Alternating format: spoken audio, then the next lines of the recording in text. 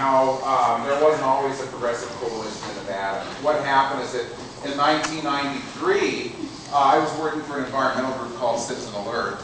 Jan was in Carson City working on behalf of poor women and children.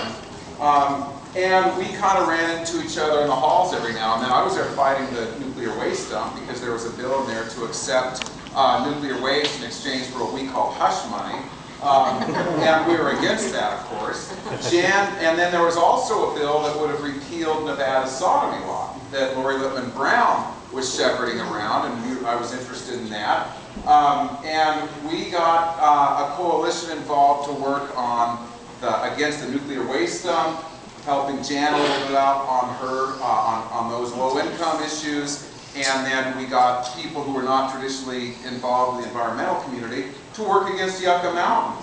And after that session, because we were successful in all three of them, we sat down with some other folks from our friends in labor and from the tribes and from other organizations and decided, let's start something permanent. Let's create something that would help to aggregate the power of these sometimes potentially competing and disparate organizations that might be able to be a permanent progressive presence in Nevada.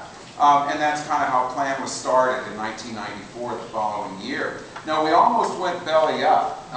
Maya Miller was actually paying me and Jan to be able to organize this thing while we left our jobs. And, you know, Maya had a lot of money, but we kind of maxed her out a little bit too.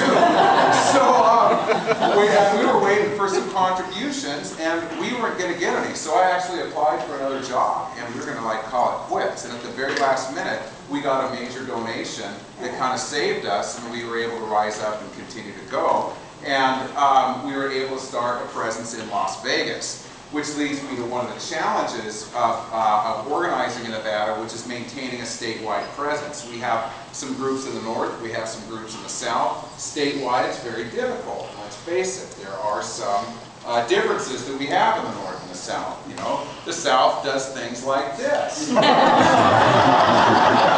We in the north, as it was pointed out by Michael and Ron today,